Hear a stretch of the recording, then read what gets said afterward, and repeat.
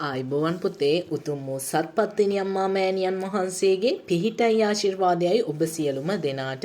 අද වීඩියෝ එකක් යොමු කරන්න හිතුවේ උතුම් වූ ශක්ති මාලා වරම් ශක්ති මාලා තියෙනා වූ දරුවන්ට. බොහොම ගැටලු වලට මුහුණ පාන්න වෙනවා තමුන්ගේ ශක්ති මාලාව ඉදිරියට රඳා පවත්වාගෙන යෑමේදී. එහෙමත් නැත්නම් බොහොම කරදර බාධා වලට මුහුණ පාන්න සිද්ධ වෙනවා. මේ දෙයට ඇයි එහෙම සිද්ධ වෙන්නේ කියලා.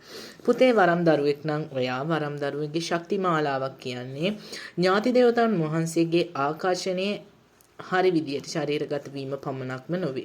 ශරීරගත වෙලා තියෙන පුළුවන් පුතේ ඥාති ආකර්ෂණේ. නමුත් ඒ වැඩ කටයුතු ඉදිරියට කරගෙන යෑමේ ගැටලුකාරී තත්ත්වයන් මතුවලා තියෙනවා.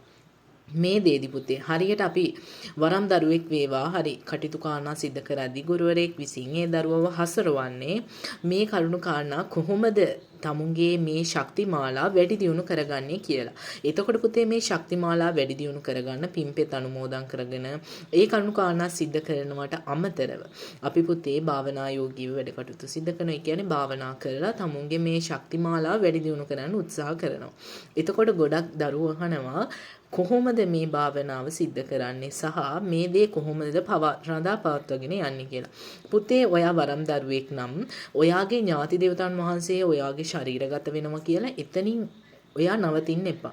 ඔයා පුතේ හොයන්න ඕනේ ඒ ඊට වැඩිය ශක්ති මාලාවක්. මොකද වැඩ කටයුතු සිද්ධ කරගෙන යද්දී ගුරුවරම් අවසර මාලා අවශ්‍ය දරුවෙක් සහ ගුරුවරම් මාලා හිමි දරුවෙක් නම් අනිවාර්යයෙන්ම පුතේ භාවනා යෝග්‍යව වැඩ කටයුතු සිද්ධ කරගෙන භාවනා ශක්ති මාලාවෙන් දේව ස්පර්ශයක්. ඒ කියන්නේ පුතේ දේව කොට්ටාසවල ආකර්ෂණීය ස්පර්ශ කිරීමක් අනිවාර්යයෙන්ම සිද්ධ කළගත යුතුයි. ඒ දේත් එක්ක පුතේ එක කරුණු කාරණාවක් තියෙනවා. මොන කරුණු කාරණාවට තිබ්බත් පුතේ විශ්ව නීතිය අනුව කරුණු කාරණාවලදී පුතේ තමුන්ගේ තියෙනා වූ අකුසල කර්ම බලවත් නම් කොපමණ කටයුතු කාරණා සිද්ධ කරත් ඒ දේවල් වල ප්‍රතිඵලයක් අඩුවීමක් කටයුතු කාරණාවක් තියෙනවා. ඒ නිසා පුතේ හරි කිසිම දෙවි දේවතාවුන් වහන්සේ කෙනෙක්ටවත් ඒ දේ නවත්තන්න බෑ පුතේ කර්ම ශක්තිය කියන දේ. ඒ හින්දා මූලිකව පුතේ කර්ම ශක්තිය ඒ කියන්නේ අකුසල කර්ම තියෙනවා නම් අකුසල කර්ම හොසි කරගන්න කුසල කර්ම වැඩි දියුණු කර ගැනීම අනිවාර්යයෙන්ම කර යුතුයි.